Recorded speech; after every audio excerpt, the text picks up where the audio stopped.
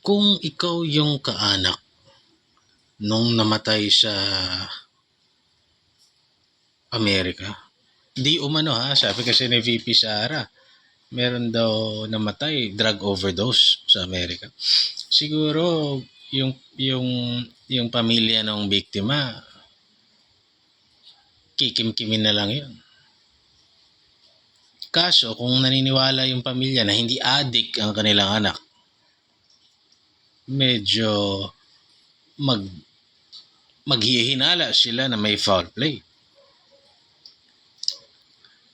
At ano kaya ang nangyari talaga dun?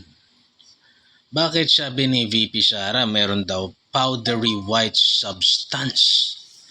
Utang ina, ano yung powdery white substance? Baka naman baby powder lang. Baka hinika sa baby powder, di kaya? O baka naman, ano kaya yung powdery? Kasama kasi si FL eh. Sabi ni VP Sara. Nasa police report daw. Bakit kaya wala tayo naririnig sa mainstream media? Bakit kaya wala tayong, Yan mo na. Yan mo na. Sa mundong ito, hindi patas, demonyo ang nangunguna.